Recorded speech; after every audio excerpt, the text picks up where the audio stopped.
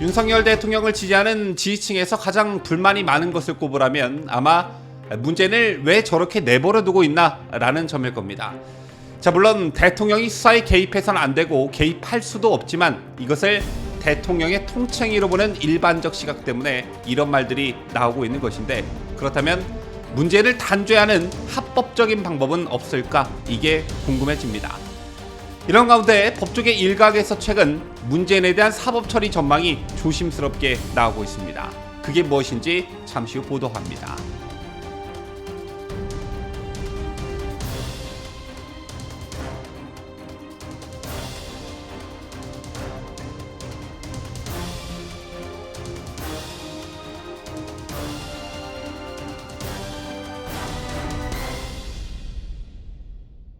시청자 여러분 안녕하십니까? 뉴스데일리 베스트 민앵커입니다. 정권이 교체되고 많은 분들께서 윤석열 정권에 기대를 가지셨던 부분들이 아마 제각기 다르실 거라 생각합니다. 어떤 분들은 외교 분야, 어떤 분들은 안보, 국방 분야, 또 다른 분들은 경제 분야처럼 기대감이 조금씩 다르셨을 거라 생각하는데요.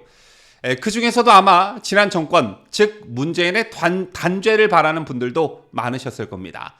새롭게 탄생하는 정권이 전임 정권을 처벌하는 악순환을 끊어야 한다고 생각하시는 분들 또한 계실 테지만, 문재인이 우리 자유대한민국에 끼친 해악을 생각해 보면 결코 그냥 지나칠 수 없는 그런 문제들이 많았습니다. 그 중에서도 문재인에 대한 사법처리 전망이 나오고 있는 부분이 있는데, 그게 뭐냐 하면 바로 최근 감사원 조사로 밝혀진 통계 조작건과 그 전에 있었던 9.19 남북군사 합의입니다. 자, 바로 이 두 개의 사건이 문재인에 대한 사법 처리에 가장 가까이 다가서 있다, 이런 관측들이 법조계 일각에서 나오고 있는 것입니다. 자, 우선 우리 법에 어떻게 규정하고 있는지부터 살펴보도록 하겠습니다. 국가보안법 제4조 1항 형법 제99조는 대한민국의 군사상 이익을 해하거나 적국의 군사상 이익을 공여한 자는 무기 또는 3년 이상의 징역에 처하도록 규정하고 있습니다. 이건 짐작하셨다시피 9.19 남북 군사 합의에 관한 법이라고 할 수 있고요. 또한 통계법 제39조 2항은 작성 중인 통계 또는 작성된 통계를 공표 전에 제공 또는 누설하거나 목적 외의 용도로 사용한 자는 3년 이하의 징역 또는 3천만 원 이하의 벌금에 처한다라고 되어 있습니다. 저는 최근 감사원 결과로 밝혀진 통계 조작 사건과 관련한 법 조항입니다. 참고로 형법 제38조에 따라 경합범을 동시에 판결할 때에는 가장 무거운 죄에 대해 정한 형이 사형, 무기징역, 무기금고인 경우 가장 무거운 죄에 대해 정한 형으로 처벌하도록 되어 있습니다. 자, 따라서 문재인에 대한 관련 의혹들이 모두 유죄로 확정되면 형법 제99조의 형량에 따라 무기징역까지 처벌받을 수가 있게 됩니다. 자, 또한 국가보안법의 경우 별도의 양형 기준도 마련되어 있지 않습니다. 자, 그럼 9.19 남북군사 합의 사건부터 살펴보도록 하겠습니다. 지난달 19일 여의도 63빌딩에서 개최된 9.19 평양 공동선언 5주년 기념 행사에 문재인이 모습을 드러냈습니다.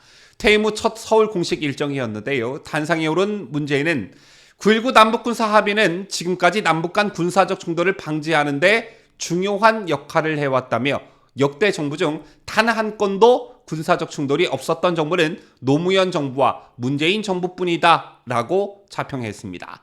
그러면서 남북 군사 합의를 폐기한다는 것은 최후의 안전핀을 제거하는 무책임한 일이 될 것이라며 북한과 관련해 강경한 태도를 취하고 있는 윤석열 정부를 직접 겨냥한 발언을 쏟아내기도 했습니다.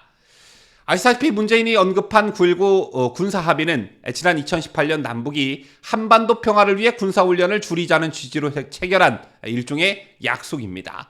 구체적으로 군사분계선 5km 내 포병 사격 훈련 및 연대급 이상 대규모 야외기동 훈련 중지, 서해 덕적도 이북으로부터 북한 초도 남쪽 수역과 동해 속초시 이북으로부터 북한 통천군까지 80km 수역에서의 포사격과 해상 기동 훈련 중단, MLD 기준 동부전선 40km, 서부전선 20km 내 전투기 및 미사일 실탄 사격 등 전술 비행 금지 등의 내용이 들어가 있습니다. 아시다시피 문재인과 더불어민주당은 이 같은 남북 간 군사 합의를 9.19 평양 공동선언의 최고 성과로 꼽았고 지금도 이런 기조를 유지하고 있습니다. 하지만 9.19 군사합의 협상이 북한에 이롭게 진행됐다는 의혹들이 최근 언론을 통해 제기되고 있습니다. 우리 군이 강하게 반대하지 않았다면 한반도에서의 군사적 주도권이 북한에게 그냥 통째로 넘어갔을 수도 있다는 게 그 핵심이었습니다. 기사를 보신 분들도 계실 테지만 보도된 내용들을 종합하면 북한은 9.19 군사합의 협상 과정에서 서울과 수도권이 포함되는 MDL 이남 60km까지 전투기 비행금지 구역을 설정하라 이렇게 요구했다고 합니다. 쟤는 우리나라의 수도 서울은 물론 경기도에서도 전투기를 띄우지 못하는 초유의 사태가 발생할 수 있는 그야말로 자해 행위와 다름없던 그런 것이었습니다. 반대로 김정은이 위치한 평양은 MDL에서 100km 이상 떨어져 있기 때문에 상대적으로 북한이 더 유리한 측면이 있었습니다. 자, 그러나 불행 중 다행히 실무자들이 직까지 걸고 극구 반대 입장을 표명한 결과 현재의 조건으로 9.19 군사합의가 체결된 것입니다. 자, 그러나 공군 전력에서 확실한 우위를 차지하고 있는 우리나라의 입장에서 9.19 군사합의는 여전히 전투기 운용 면에서 제약이 있는 불리한 조건이 분명했습니다. 따라서 법조계에서는 해당 내용들이 사실일 경우 국가보안법 등 현행법에 저촉될 가능성이 있다는 의견을 조심스럽게 내놓고 있는 것입니다. 실제 법조계에서 어떤 말들이 나오고 있냐면 우선 대한법조인 협회장을 지낸 최건 변호사는 의도적으로 적을 잃었고 우리가 불리하다는 걸 알면서 합의를 했으면 성립이 가능하다라고 했습니다. 그러면서 최 변호사는 합의 체결 과정을 조사해서 의도적으로 우리에게 불리하고 반국가 단체인 북한을 이롭게 해준다는 것을 명백히 알면서 체결했다는 정황이 확인되는 경우 국가보안법 위반이 될 여지도 있다고 말했습니다. 이러한 시각은 비단 최 변호사 한 명에 그치지 않았는데요. 법무법인 이세의 김기수 변호사는 형법 제96조 시설 파괴 이적죄가 적용될 수 있다고 전망했습니다. 해당 법률은 적국을 위해 군용시설 기타 물건을 파괴하거나 사용할 수 없게 한 자는 사형 또는 무기징역에 처하도록 규정하고 있습니다. 적국을 위해 군용시설 기타 물건을 파괴하거나 사용할 수 없게 한 자, 바로 문재인이지요.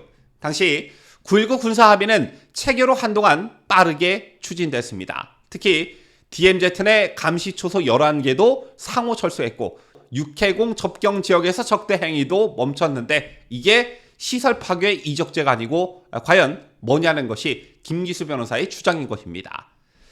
자, 다음 최근 감사원이 발표한 통계 조작 사건의 경우를 보면 문재인 정부 청와대와 국토교통부가 지난 2017년 6월부터 2021년 11월까지 최소 94회 이상 국토부 산하 한국부동산원의 부당한 영향력을 행사해 통계 수치를 조작했다는 게 핵심입니다.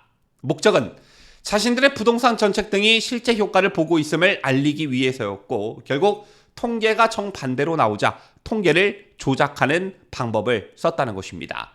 이에 따라 감사원은 장하성, 김수현, 김상조, 이호승 전 청와대 정책실장과 홍장표 전 경제수석, 황덕순 전 일자리 수석, 김현미 전 국토부 장관 등 22명을 직권남용 혐의로 검찰에 수사 의뢰했지만 정작 현행법 위반 혐의자들을 임명한 문재인은 수사 의뢰 대상에서 제외됐습니다. 따라서 법조계에서는 감사원 조사 결과에서는 문재인이 빠졌으나 검찰 수사 단계에서는 문재인이 추가될 가능성이 점쳐지고 있습니다. 이유는 매우 간단한데 청와대 참모 다수가 가담한 이 통계 조작을 문재인이 몰랐을 리가 있느냐 이거 한 가지와 통계 조작의 최대 수혜자가 누구냐라는 점입니다. 이 두 가지 물음에 대한 답이 문재인이라는 것은 초등학생들도 다 알만한 사실이겠죠. 따라서 향후 수사기관 역시 문재인의 방조를 넘어 직접 조작을 지시했거나 하는 등 주도적인 역할을 했을 가능성까지도 염두에 두고 수사를 진행할 것으로 예상이 되고 있습니다. 자, 지금까지 말만 무성했던 속된 말로 문재인은 도대체 언제 깜빵 가는 거냐에 대한 실체적이고 법리적 접근을 해보았습니다. 문재인에 대한 사법 처리는 과연 이루어질 수 있을까요? 여러분께서는 어떻게 생각하시는지 궁금합니다. 지금까지 저는 자유대한민국을 소화하는 뉴스데일리 베스트 민앵커였습니다.